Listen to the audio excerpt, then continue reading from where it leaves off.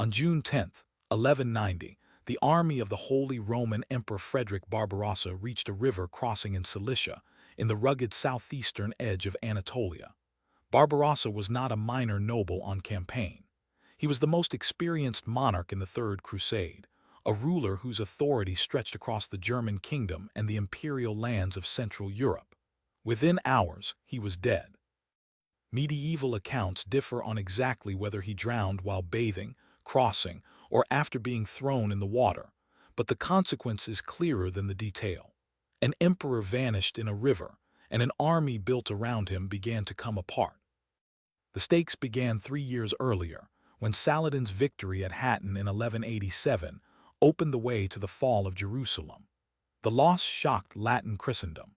The Third Crusade drew some of Europe's most powerful rulers into a campaign meant to recover the Holy City, or at least restore Latin strength along the coast.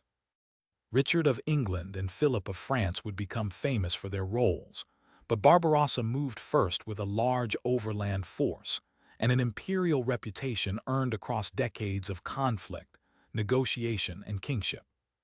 Frederick was already elderly by medieval standards. His red beard gave him the name Barbarossa, but his political life mattered more than the image. He had fought Italian cities, negotiated with popes, balanced princes, and tried to turn imperial dignity into practical power. To his supporters, his presence gave the German crusading force coherence. To allies and rivals, it signaled that the campaign was not only a religious expedition. It was a test of whether Europe's rulers could coordinate power across distance, terrain, language, and ambition. The route itself was part of the story.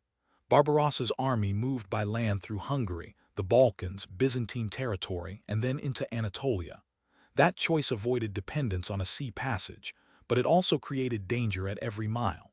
The force needed food, water, discipline, bargaining power, and local guidance. It had to cross political frontiers and landscapes where a delay could become hunger, and hunger could become desertion.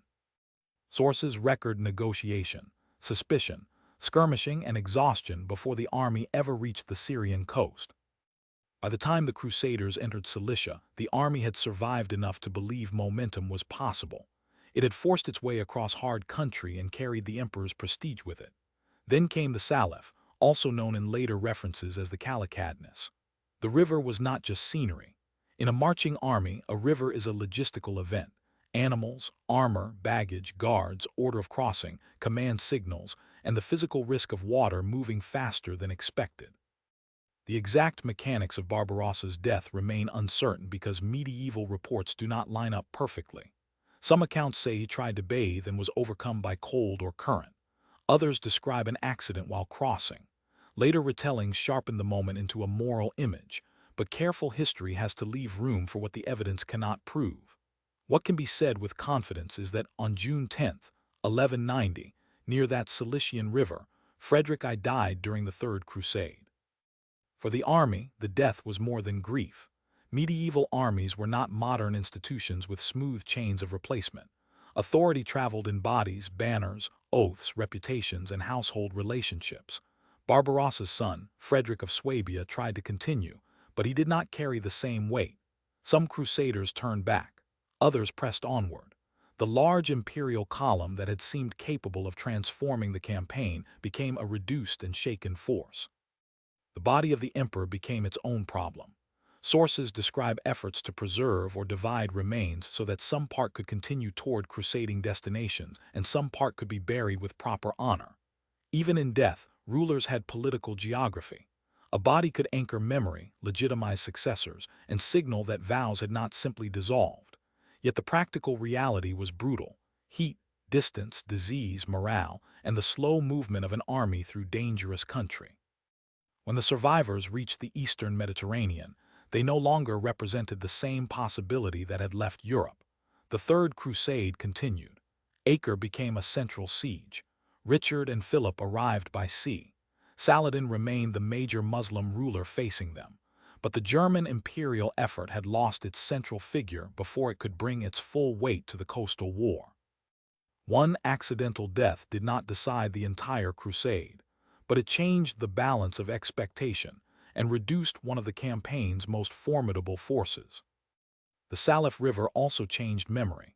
Barbarossa became the kind of ruler whose death invited legend. Later German tradition imagined him not simply gone, but sleeping beneath a mountain, waiting for a future crisis. That myth says as much about later hopes as it does about the 12th century. Historical Frederick was not a sleeping savior. He was a powerful, aging emperor whose crusade depended on the fragile mechanics of medieval travel and command. The lesson is not that history turns only on accidents. Barbarossa's death mattered because structures already made the campaign vulnerable. A huge army on a long land route needed unity, supplies, confidence, and a recognized leader. Remove that leader in a remote river valley, and the weaknesses become visible at once. The accident had consequence because the system around it was brittle. The next checkpoint is how the Third Crusade unfolded without him. Richard the Lionheart and Saladin still dominate the popular memory of the campaign, but Barbarossa's Lost March reminds us that a different version of the Crusade almost arrived in the East. The hard facts are spare and dramatic. June 10th, 1190, Cilicia, the Saleph River, Frederick I. Barbarossa dead, a German crusading army fractured, and a medieval campaign forced to continue without the emperor who had given it one of its strongest claims to power.